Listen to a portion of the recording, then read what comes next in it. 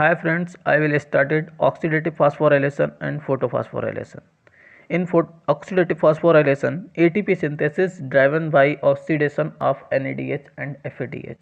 इसमें क्या होता है, ATP की जो सिंथेसिस होती है वो NADH के और FADH2 के ऑक्सीडेशन के द्वारा होती है।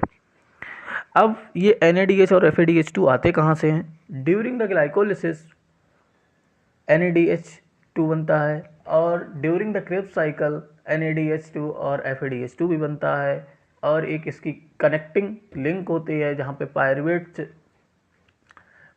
से एसिटल को एंजाइम बनता है, वहाँ पे भी NADH बनता है।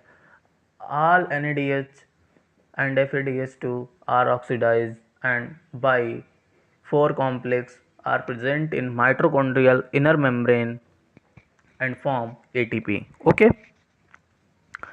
अब जो ग्लाइकोलिसिस वाला NADH2 होता है वो डायरेक्ट माइटोकॉन्ड्रिया में ट्रांसपोर्ट नहीं किया जा सकता, उसके लिए 2 शटल सिस्टम यूज होते हैं और उसको हम माइटोकॉन्ड्रिया के मैट्रिक्स में ट्रांसपोर्ट करते हैं। So in this diagram oxidation are occur in this form.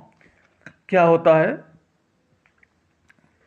अब जो सिट्रिक एसिड साइकिल से यहाँ पे मान लो NADH और FADH2 निकले, यहाँ पे ये दिखाया गया है, ठीक है।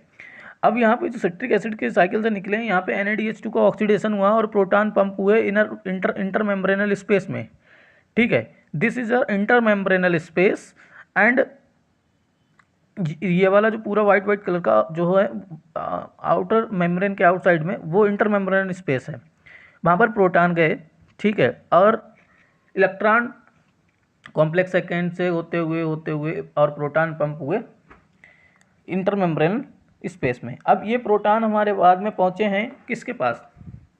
एटीपी सिंथेसिस एक कॉम्प्लेक्स होता है वो भी इनर मेम्ब्रेन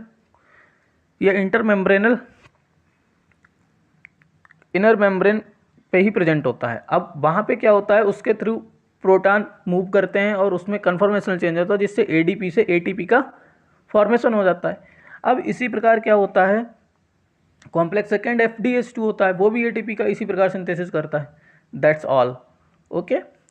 अब photophosphorylation ATP synthesis driven by light. So in this diagram क्या होता है, जैसे ही लाइट फोटो सिस्टम सेकेंड पर पड़ती है, ओके, जैसे ही लाइट फोटो सिस्टम सेकेंड और फोटो सिस्टम फर्स्ट पर साइमल्टेनियसली पड़ती है और यहाँ पे क्या होता है, इलेक्ट्रॉन एक्साइटेड स्टेट में पहुँचते हैं तो फोटो सिस्टम सेकेंड में ग्राउंड स्टेट में क्या होते हैं, इलेक्ट्रॉन की कमी हो जाती है। अब ये इलेक्ट्रॉन की कमी जैसे ही होती है ये सिग्नल देती है और वाटर स्प्लिटिंग होती है, क्योंकि अब इसे इलेक्ट्रॉन चाहिए तो वाटर की स्प्लिटिंग होती है और वाटर की स्प्लिटिंग जैसे ही होती है तो ये इलेक्ट्रॉन प्रोवाइड कराता है फोटो सिस्टम सेकेंड को, क्योंकि यहाँ पे 4 प्रोटॉन 4 इलेक्ट्रॉन बनते हैं और ऑक्सीजन बनती है, ठीक है। तो जैसे ही इलेक्ट्रॉन हमारे ये फोटो सिस्टम सेकेंड को दे देता है और O2 और अब जब जैसे जो प्रोटॉन बने, यहाँ पे 4 प्रोटॉन बनते हैं, अब जैसे प्रोटॉन बने हैं वो प्रोटॉन इधर से मूव करते हुए एटीपी सिंथेस के पास पहुंच जाते हैं और एटीपी सिंथेस में फिर से कन्फर्मेशन चेंज होता है और एडीपी से एटीपी का सिंथेसिस होता है। एटीपी की सिंथेसिस जो हमारी होती है क्लोरोप्लास्ट के स्ट्रोमा में होती है, क्योंकि जो प्रोटॉन की स्प्लिटिंग होती है वो थैलेकॉइड के ल्यूमिनल साइड में होती है और ये all complex are present in thylakoid membrane.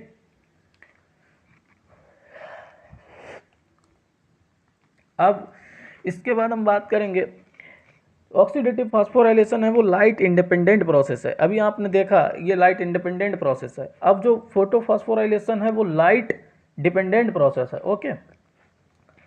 Oxidative phosphorylation occurs during aerobic respiration. Aerobic respiration के दौरान ऑक्सीडेटिव फास्फोराइलेशन, क्योंकि इसके लिए ऑक्सीजन की आवश्यकता होती है, oxygen last electron acceptor molecule होता है, okay. In the eukaryotic occurs in chloroplast. ये क्लोरोप्लास्ट में अभी तुमने देखा थैलेकॉइड के मेम्ब्रेन में होता है, okay. Involve the reduction of O2 to H2O। यहाँ पे O2 to H2O का रिडक्शन होता है और इलेक्ट्रॉन डोनेट कौन करता है, NADH एंड FADH2। अभी हमने तुमको डायग्राम में समझाया कि जैसे यहाँ पे देखो NADH का ऑक्सीडेशन हुआ, NADH positive and H positive ऊपर गया और यहाँ से इलेक्ट्रॉन भी 2 इलेक्ट्रॉन निकलेंगे। 2 इलेक्ट्रॉन जैसे निकलेंगे कॉम्प्लेक्स के द्वारा जाएंगे और कॉम्प्लेक्स 4 पे जाके O2 के द्वारा एक्सेप्ट कर लिया जाएंगे और H2O बना लिया जाएगा। इसी प्रकार FADH2O में होता है, ओके। और यहाँ पे क्या है, involve the oxidation of H2O to O2। जो ऑक्सीडेशन हमारा H2O to O2 होता है मतलब पूरी उल्टी प्रोसेस है, just oxidative phosphorylation and photophosphorylation. और यहाँ पे NAD positive as a electron acceptor. So in this diagram देखो लाइट पड़ी, लाइट जैसे ही पड़ी और वाटर का स्प्लिटिंग हुआ और यहाँ से इलेक्ट्रॉन फोटोसिस्टम फर्स्ट पे पहुंचे, फोटोसिस्टम फर्स्ट से इलेक्ट्रॉन हमारे किस पे पहुंचे, प्लास्टोक्यूनोन के पास पहुंचे, प्लास्टोक्यूनोन ने इलेक्ट्रॉन कहाँ पहुंचा दिए, साइटोक्रोम B6 के पास पहुंचा दिए। और जैसे ही साइटोक्रोम B6 से इलेक्ट्रॉन पहुंचे, यहाँ पे क्या हुआ, पीसी के पास इलेक्ट्रॉन पहुंच गए।